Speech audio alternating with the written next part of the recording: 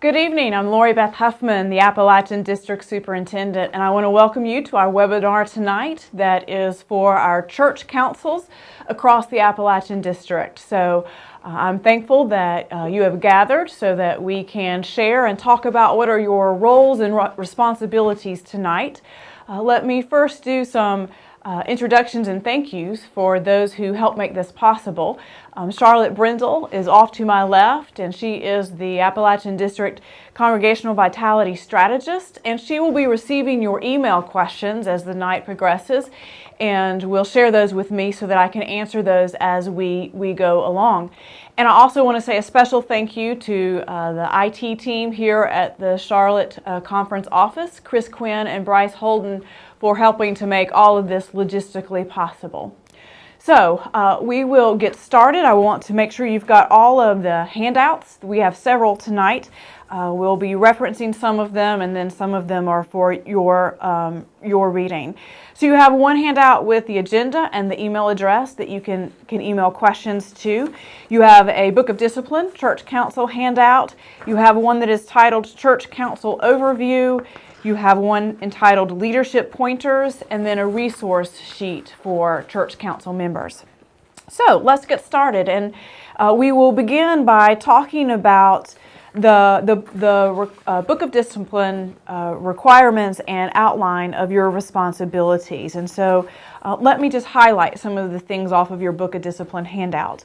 So the paragraph 252 talks about the church council.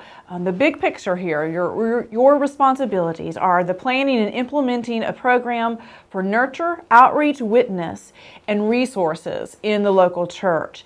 And then you are also to provide the administration for its organization. And we are essentially going to spend the rest of the night talking about what does that mean? How does that play out for you? And so I would summarize this as your primary roles are to envision and implement the ministries of the church, as well as to oversee the administration so that those ministries can actually take place, and to recognize yourself as the ultimate decision makers on behalf of the ministry and function of your church. And so finding that balance between mission and ministry and administration is one of the keys to being really successful with church council. And so the Book of Discipline then goes on to talk about what is mission and ministry oversight. And the model that the Book of Discipline offers now is the NOW model: nurture, outreach, and witness.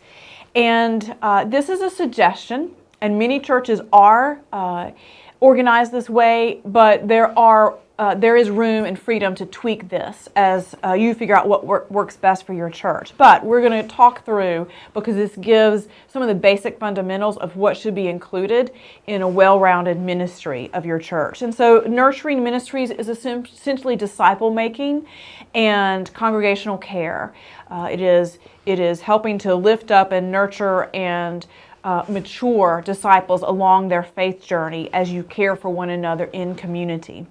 The outreach ministries is essentially the missions and service ministry of the church, and where you reach out into the community or the world, where you are working with ministries of compassion, of justice, and advocacy. And then the witness ministry is evangelism. It is the sharing of the good news with the community and the world.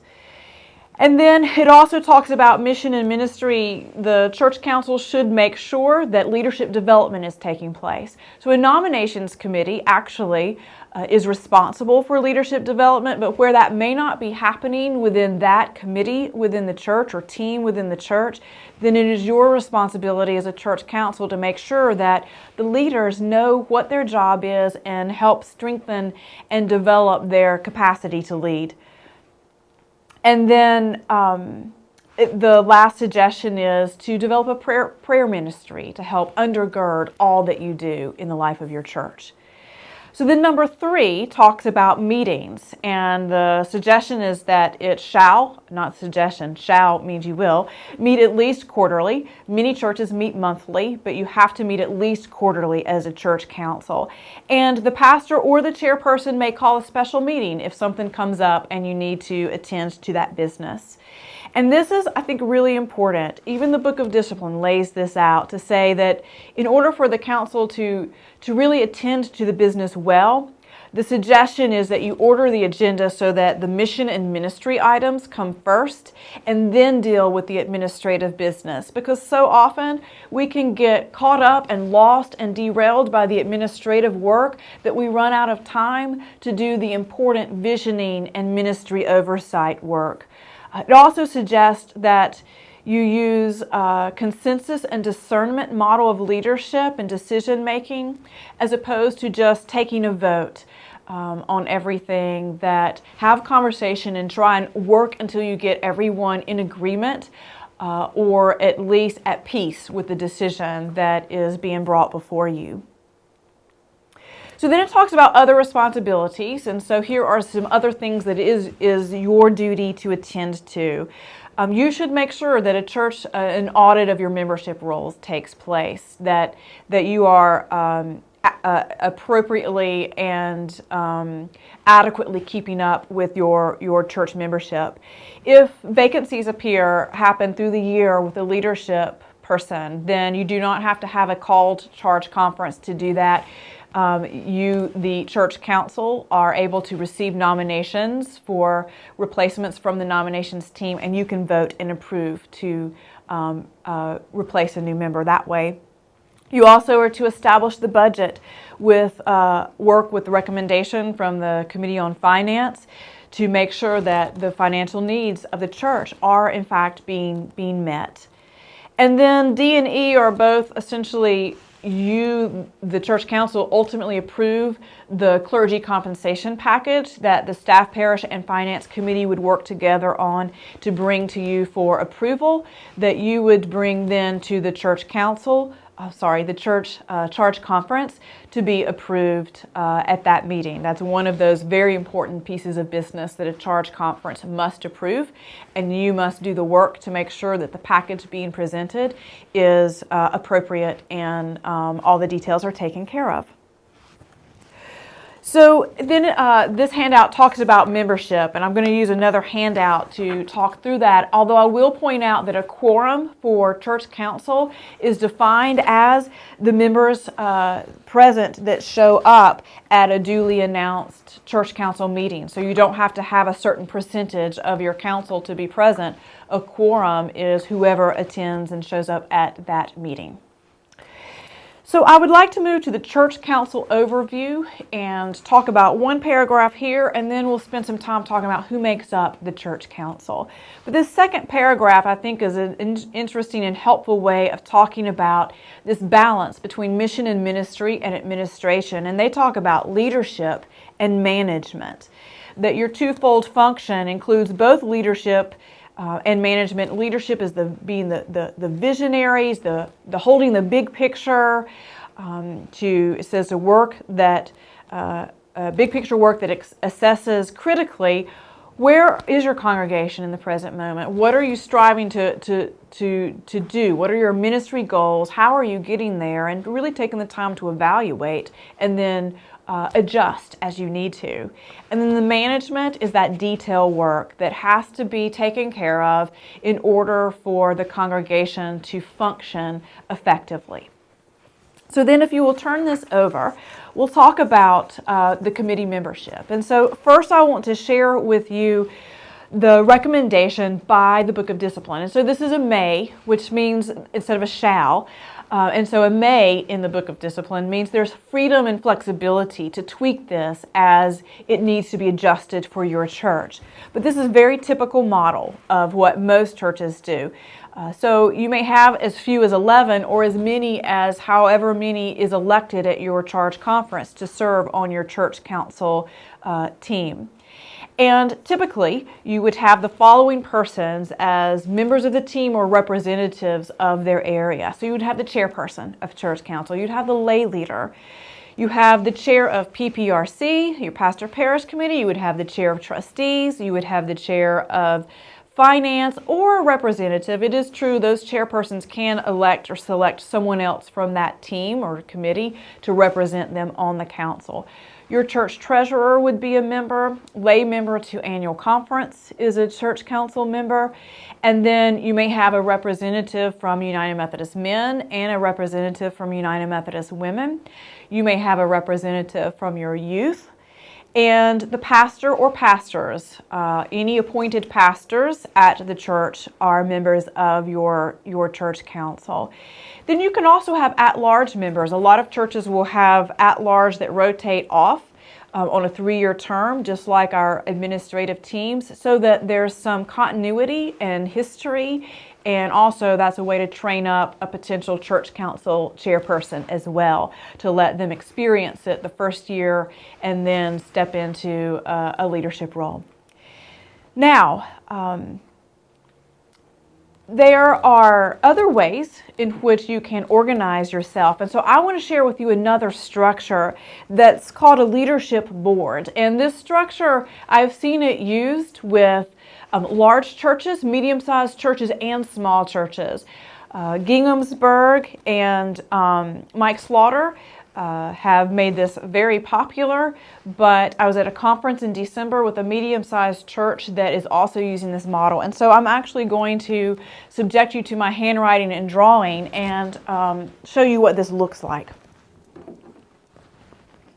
So with a leadership team model, then you would essentially have one team that handles all of the decision making and the work. So you may have 7 to 12 people, and they work as a team. But within this team, you would have people that then help with certain responsibilities. So let's say that you've got a PPRC staffing decision to do. Then you would have someone on here that would be the point person for the staffing conversation. And so the leadership team for that business would function as the PPRC. Let's say you have a building facility issue. So you would have someone that would function as that trustee point person. And when that business came up, you would then function as the trustees. Same thing with finance. Although I will say this is one area where some churches will go ahead and have a separate team because there really is a lot of financial information to take care of, and still have a representative onto the leadership team. You would have, your lay leader, and you would have your pastor or pastors, and obviously you would have your chairperson. But then you may also have folks that have a real passion for nurture ministries. You may have someone who has a passion for outreach and missions, and then also a passion for witness and evangelism. So with this model of 9 people, that may take up all of your people. But the point is that as you do certain business, then you would put on the hat that you need to put on to take care of the work that needs to be done. So you have one leadership team that then operates and handles a lot of the work. There are some pros and cons to that model. Certainly for the smaller churches, it would allow you to have one team that could do the work and not have every single person sitting on a committee, and then when the year comes to an end, you just rotate warm bodies to another committee. This would allow you to have a core group of leaders that function like the Book of Discipline needs you to function, but others can rest for a year and then rotate on next year in another position or a point of service. And then for larger churches, it gives you a little more flexibility and dexterity so you can make decisions and move ideas along faster than when they've got to go through all of the different teams. But do be mindful, it means that those folks that are serving are responsible for a great deal of work. So you've got to be committed to be willing to serve and handle the business, and then entrust those leaders to do that. Let me also say about our model of leadership that we are a democratic model. Whether you use a leadership team or the traditional method, our church council, you are elected members to represent your congregation and to make decisions on behalf of your congregation. We do have a lot of people in our churches who come from a different denominational background, and they're used to congregational decision making where the whole church to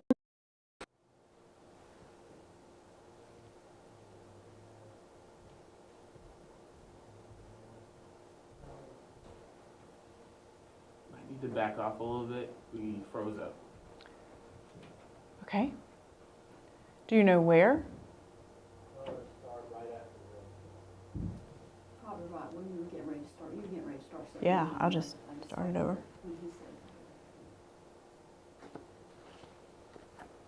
The light worked well.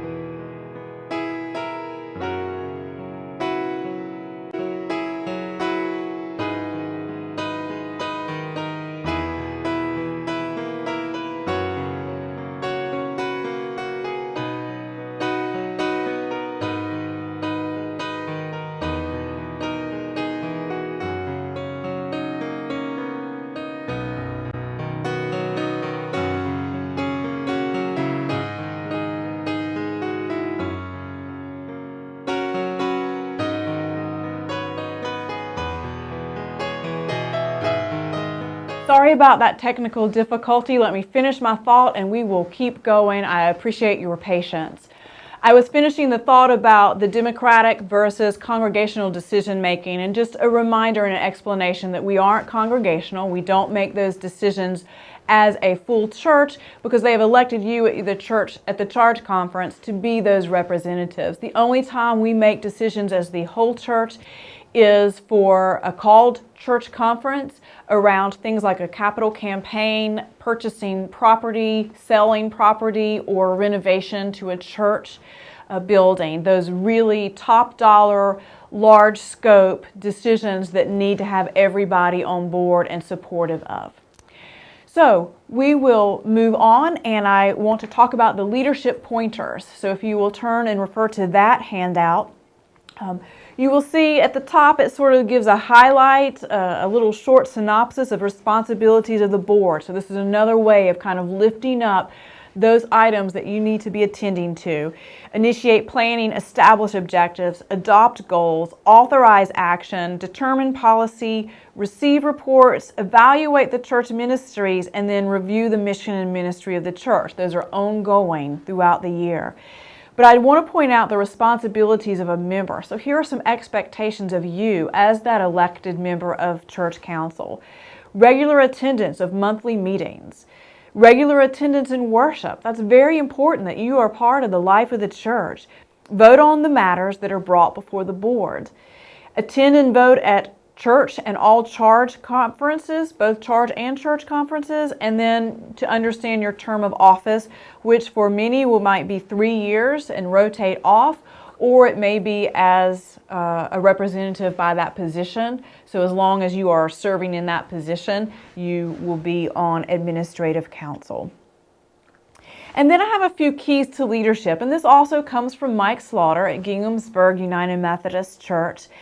And I think these are just some interesting points to be thoughtful of and consider, how does your church either strive to do this, or where may you have some places where you can work. And so he talks about healthy churches are reliant on their leaders being healthy.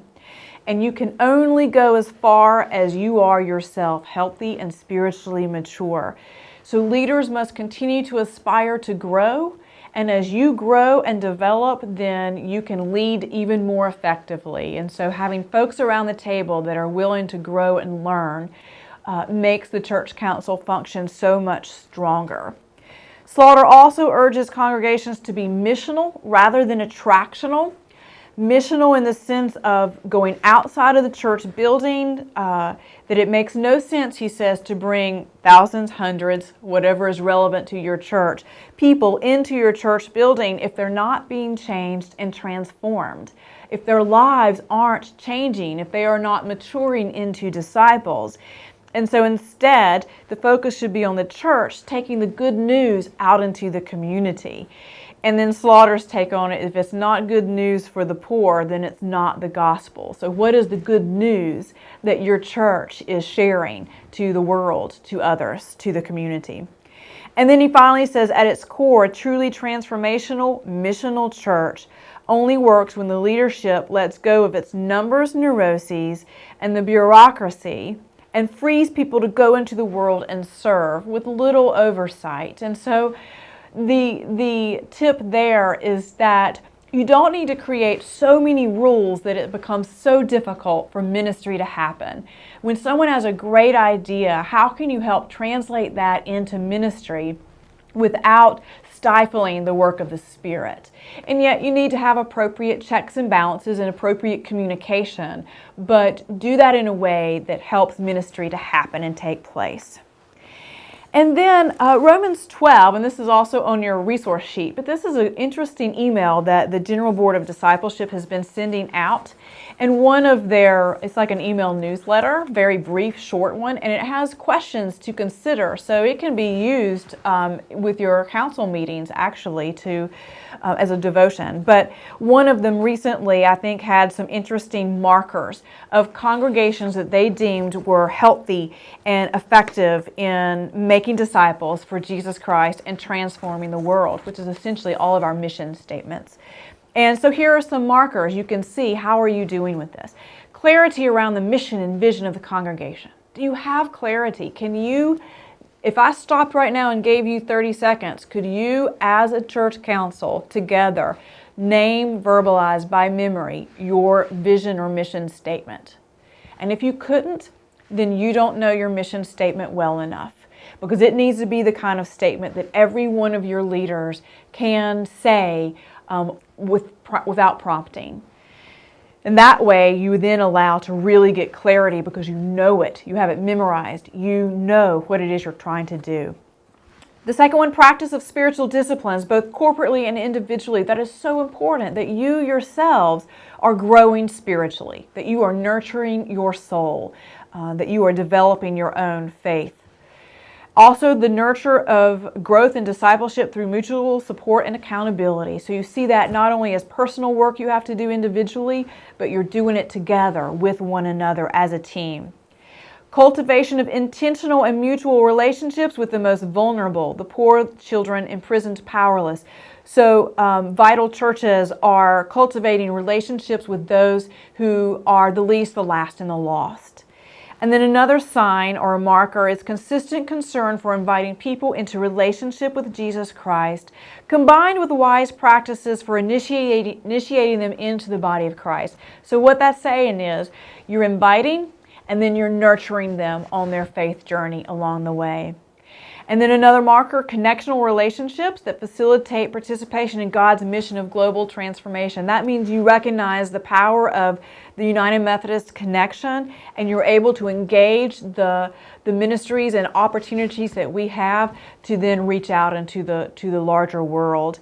And then finally, shared clergy and lay leadership.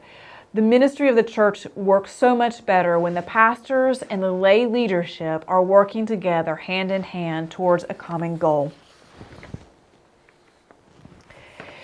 So, with that said, then let's take a moment and talk through these tips for success. Actually, before I do that, I'm going to stop and answer a couple of questions. So, one question, may non-office holding members vote as well? And so I'm not sure what non-office holding members mean, so let me clarify in the two ways that I think that could go. If they are not an elected member of the church council by the charge conference, then the answer is no, they do not have vote. But, as we've already talked about, there can be members of your church council that are not necessarily other officers in the church. So you may have members of your church council that are not chairpersons, that isn't the lay leader. These are the at-large members.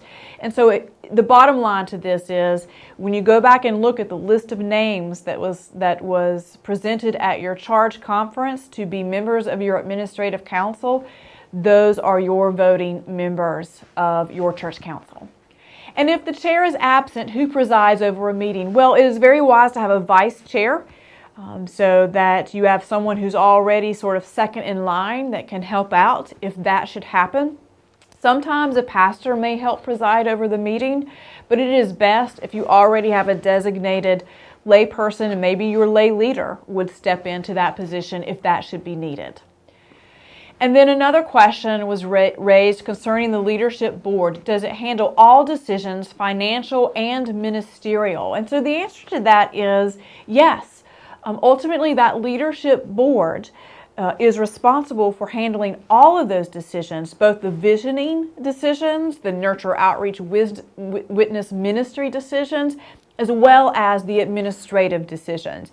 And again, that one exception is with the finances. It may be easier to have another body that does the work, but presents it to the leadership team for ultimate approval and validation. Okay, so if you have other questions, feel free to email those in. Otherwise, I'm going to now talk through these tips for success. And there's a lot of really helpful information here.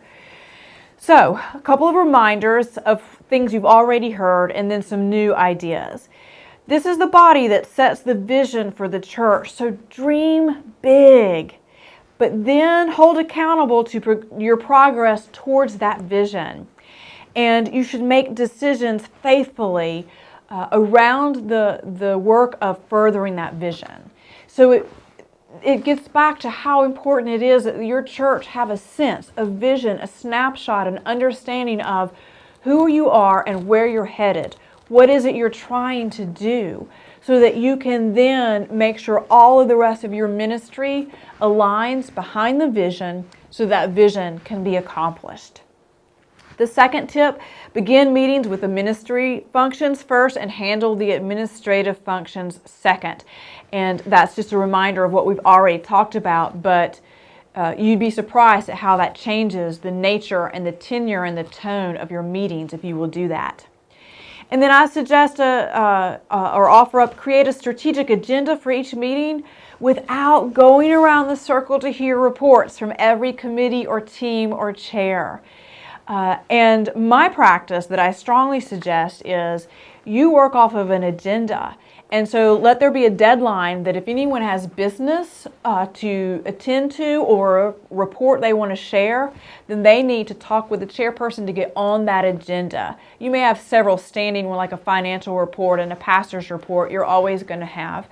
But honor that then, so that you do not get derailed by something that you weren't expecting because they didn't get up with you ahead of time to get on the agenda. And that way you know how much time to spend on some of the work that you have at hand.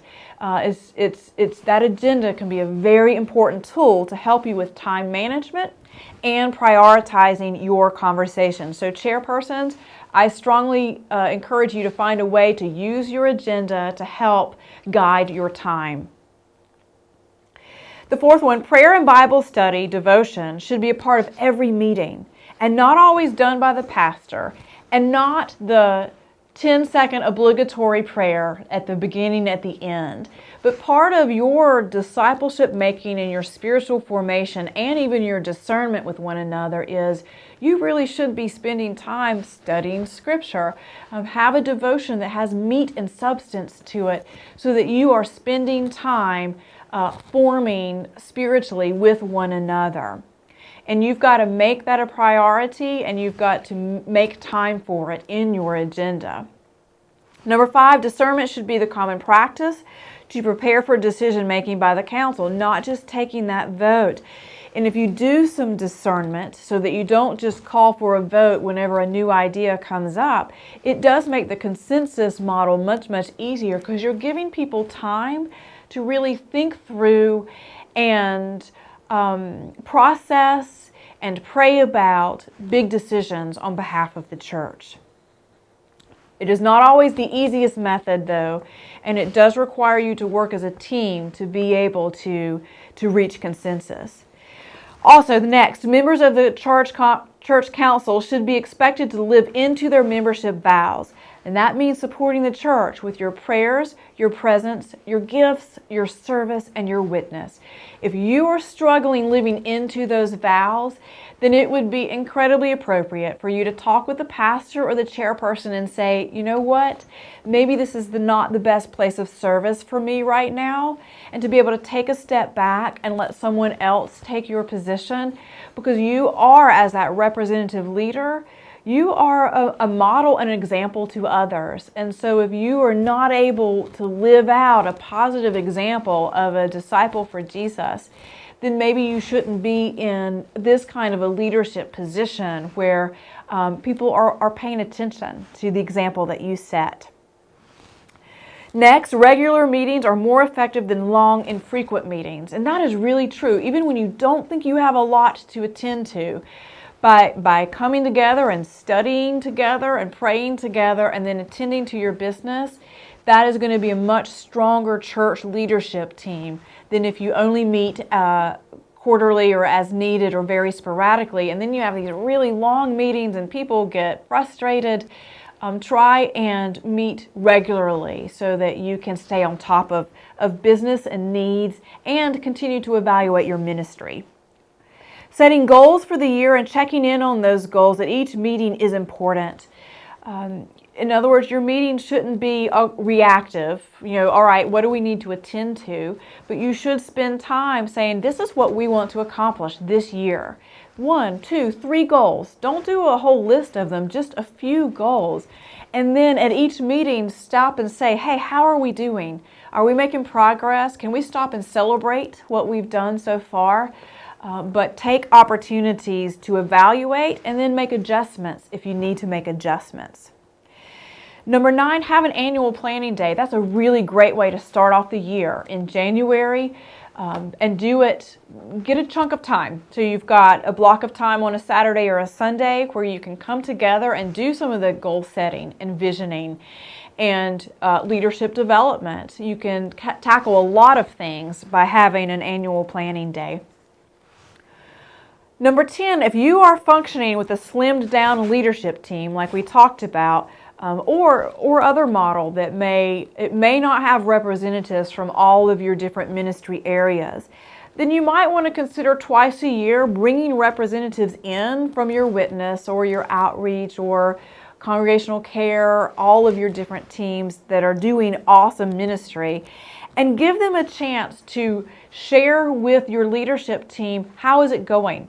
What goals have they set? How are they doing towards those goals? And probably the most important conversation you can have is, what are their stumbling blocks? What have been the areas that or the things that have kept them from reaching their goals? And then maybe you, as the church leaders, can help problem solve or resource them so that those goals can be achieved and your ministry can be strengthened. Number 11, this one's very important. Be transparent. Find ways to communicate what is happening in those meetings to the rest of the church. The only committee that operates in closed session is the pastor parish committee. Otherwise, anyone is welcome to come to a church council meeting. It does not mean they have vote, but they ought to be welcome, and by book of discipline, they are allowed to come and listen to your meeting. And even if they're not there, other folks aren't there, find a way to share, summarize maybe action that was taken, communicate it in a newsletter or summarize in your bulletin, whatever your best way of communicating, but periodically give the congregation an update on the work that you have been busy attending to. Number 12, spend quality time at each meeting in learning and training that's related to both ministry context. So what are the needs and the opportunities in your community, in your church? What do you need to learn about who's around you and the problems that they're facing so that you can be stronger in the ministry that you're offering? But then also, you may alternate that or spend time at different times of the year with ministry resources. So read a book together and talk about it. Learn about different ministry strategies and ideas. Visit other churches, different ways where you can learn about best practices for ministry. Number 13, pastors and council chairs. This is a helpful tip for you, but invite key leaders to meet monthly or regularly, whatever works for you, with the pastor in sort of an administrative leadership team. This helps put everybody on the same page. It builds trust. It helps keep anyone from being blindsided if something big or new is happening, that your key leaders can then provide the information that might be needed from their area to support this new idea. But that's just a good way of touching base and keeping a pulse on all of the different ministry areas, because we often get siloed. And part of the purpose of that church council is to bring the ministries together to function in a way that serves that greater purpose, that larger vision of your church. And then finally, I'm adding this one because this is actually on my tips for success for the trustees webinar, and I left this one off in my conversation, but it's so important that I want to bring it up, and you also are a body that can be a cheerleader or advocate for technology. But technology really is critical for connecting to younger Christians and newer Christians. And so every church should have a website. You should have internet access. You should have screens and projectors to use, whether it's in worship or in other ministry settings, but to have the technology there. Now, I know some churches up in the mountains literally are in places where there is no internet access, and I recognize that, and so sometimes it's out of your control. But where it is in your control, you should work and strive to make that happen so that you can begin to use technology in very positive, helpful ways that reach those for whom it speaks to them and it helps communicate the message. All right, so I don't think we do have a question. So one question is there a time limit on how long someone should hold chair positions such as admin chair? Great question. The answer to that is there should be some sort of time frame in which someone rotates on and off, just like in your administrative teams, trustees, nominations, finance, and pastor parish. People serve on a 3-year term and rotate off so that every year some people are rotating off and new people are rotating on. And so your administrative chair can serve as long as their term would be. So if your administrative chair comes on as an at-large person the very first year, then they can serve 3 years as a chairperson. If they come on as an at-large but they don't take the chair position until their second or third year, then they would only have 2 or 1 years remaining. So there is a time limit on that. It just depends on what capacity they are serving. If you may have in some smaller churches where the chair of trustees is also the chair of administrative council, and that's where it just gets a little bit messy. But the answer to that is nobody should stay in any position indefinitely. You should be rotating in and out because it is just not healthy for one person to hold a position for too long. So the next question, so with the new format, does this mean there would actually not be a separate trustee committee?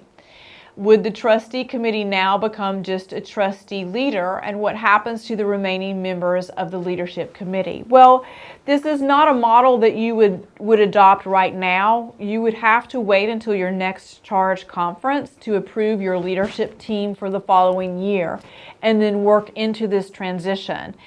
But the answer to the first part of that question is no, that leadership team then becomes the trustees when that is needed. And so you would not necessarily have a separate trustee committee. Otherwise, that's the old model, because the old model is you've got your separate trustee team, and then the chair of trustees is that representative onto church council. In this leadership team model, the team functions as it is needed. And so ultimately they are responsible for building and facilities, and so they would then serve as the trustees. Now, you can do a hybrid of that. In fact, I don't think I mentioned it, but I did list it on here that at Ginghamsburg, they do have three teams that they do separately. They do a human resources, they do a financial resources, and they do an operations. So if I were translating it, they still have a pastor parish, they still have a trustees, and they still have a finance. But that's the way, but that's a very large church. And so that's the model that works for them.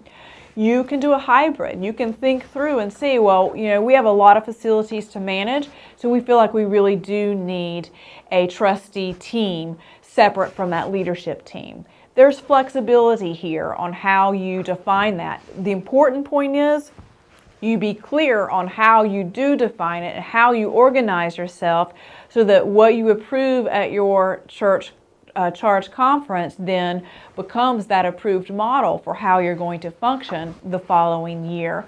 Or if you decide to do it mid-year, we can call a church conference for you to do that. My suggestion is live into it, wait until the following year so that you're clear on how the model is going to function for your church. And one more question. So with this new format, does this mean there would actually not... Oh, that's the same question. So sorry. All right. Well, I don't see any other questions that you have submitted for us to answer. So at this point, let me say thank you so much for your willingness to serve in this leadership capacity. The church council is the ultimate body that really does cast vision and help move the church forward in implementing really excellent ministry. So my hope and prayer for you is that as you start this new year, that you will work well together as a team, that you will think big, that you will dream about what it is you could be doing differently or better or new than you're doing right now, and then help your church, your pastor, your church members to reach that goal, to try that new thing, to be inspired, to be bold, and to take some risks, knowing that you're doing this to further the kingdom of God in your particular community. So go for it would be what I would say. Thank you so much. I will turn it back over to you for you to finish any business that you have to attend to tonight or to continue the conversation as you may want to do so. And let me do that by closing with a word of prayer. So gracious and holy God, we do give you thanks for the opportunity to lead our churches, to help make a difference, to help raise up disciples, to help be a part of what you are trying to do here in all of our churches. And so right now I just ask your blessing upon these leaders. Help them to be wise in their discernment. Help them to be bold in their decision making. Help them to have ears to hear what your Spirit may be saying to them, and help them to care for one another in a way that strengthens their community and strengthens their own faith journey. So, Lord, hear all of these prayers that we lift up. Amen.